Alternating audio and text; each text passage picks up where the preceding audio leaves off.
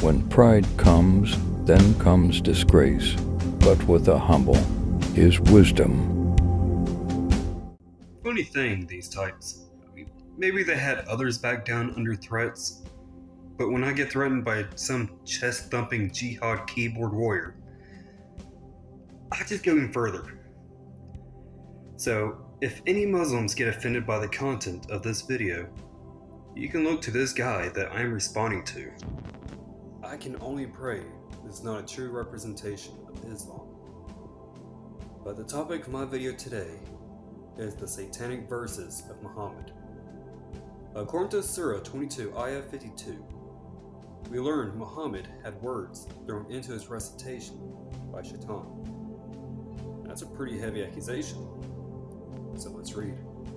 And we did not send before you any messenger or prophet except that when he spoke, Satan threw into it. But Allah abolished that which Satan throws in. Then Allah makes precise his verses, and Allah is knowing and wise. وَمَا أَرْسَلْنَا مِن قَبْلِكَ مِن رَّسُولٍ وَلَا نَبِيٍّ إِلَّا إِذَا تَمَنَّىٰ أَلْقَى الشَّيْطَانُ في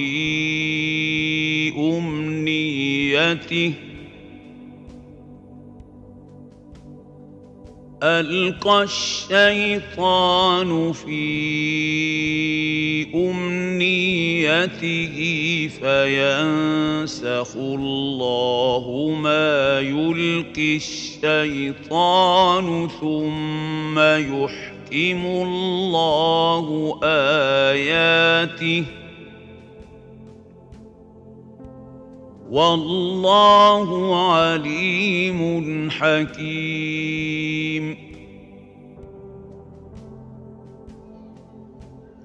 Oh wow, maybe I'm misunderstanding it. Well, nearly every work about it within the first few centuries all seemed to be okay with it, such as this from Ibn Hisham. Now the apostle was anxious for the welfare of his people, wishing to attract them as far as he could.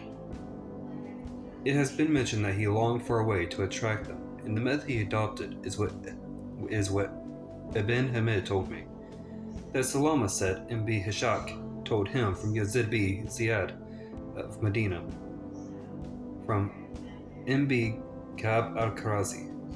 When the apostle saw that his people turned their backs on him, and he was pained by their estrangement from what he brought them from God, he longed that there should come to him from God a message that would reconcile his people to him.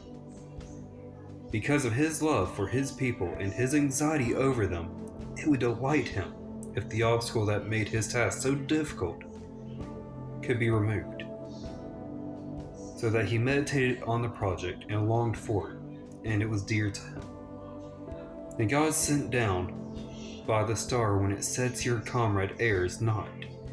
He is not deceived, he speaks not from his own desire.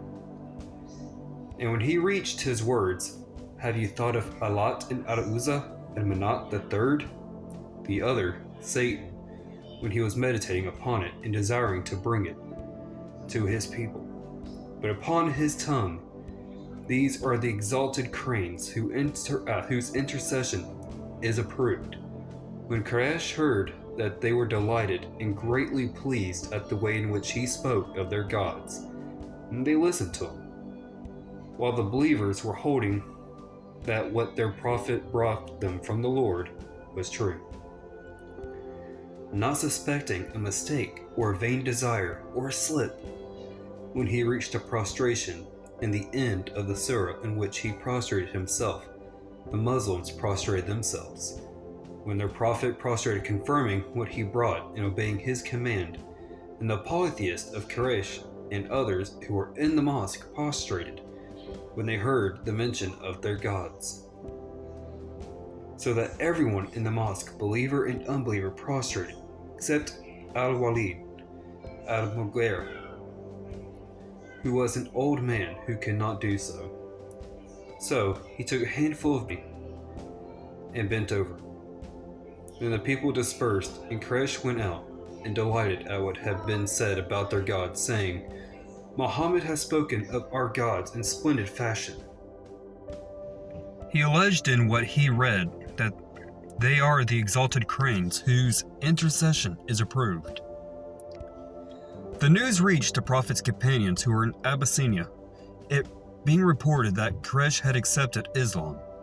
So some men started to return, while others remained behind. Then Gabriel came to the apostle and said, What have you done, Muhammad? You have read to these people something I did not bring you from God, and you have said what he did not say to you. The apostle was bitterly grieved and was greatly in fear of God. So God sent down a revelation, for he was merciful to him, comforting him and making light of the affair, and telling him that every prophet and apostle before him desired as he desired, and wanted what he wanted, and Satan interjected something into his desires as he had on his tongue. So God annulled what Satan had suggested, and God established his verses, i.e., you are just like the prophets and apostles. Oh, how sweet of them. Then God sent down, We have not sent a prophet or apostle before you, but when he longs, Satan casts suggestions into his longing.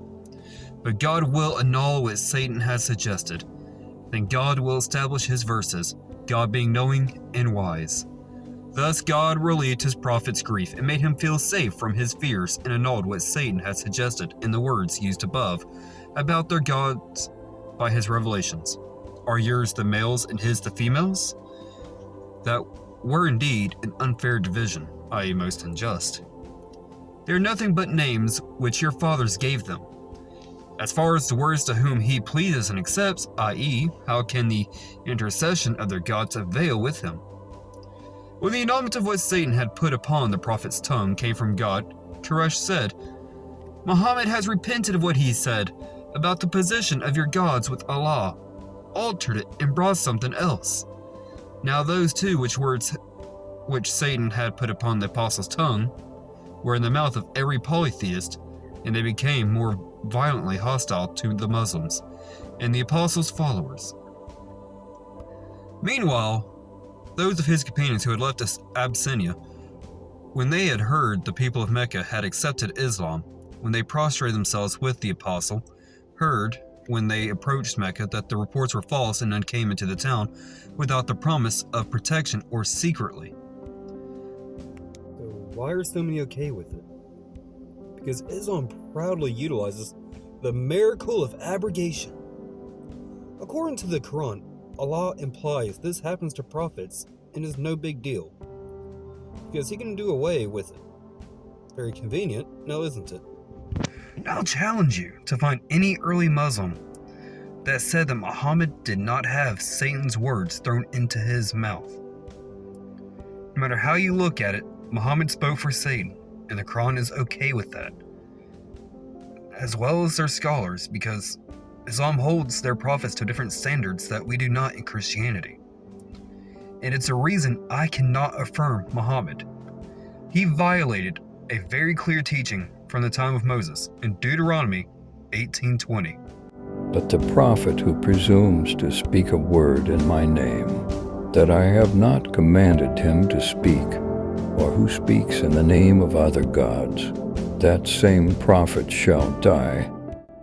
Before this video is done, I asked a friend if I could borrow his video to add to mine, and Rob Christian agreed to it. Thank you, Rob, and God bless you for all the work you do.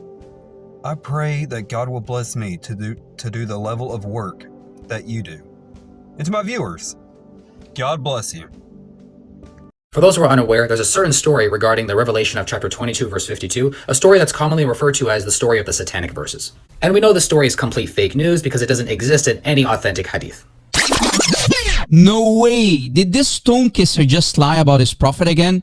Did he say that the satanic verses story is not found in any authentic hadith? Let me expose this lying stone kisser by showing you at least 2 hadiths that meet the criteria. In the following book called Ad-Durr al-Manthur by the famous Sunni scholar Jalaluddin al-Suyuti in volume 10, on pages 525 and 526, we can find one hadith that says, بِسَنَدٍ رِجَالُهُ ثُقَاتٍ, which means the men in the chain are all trustworthy.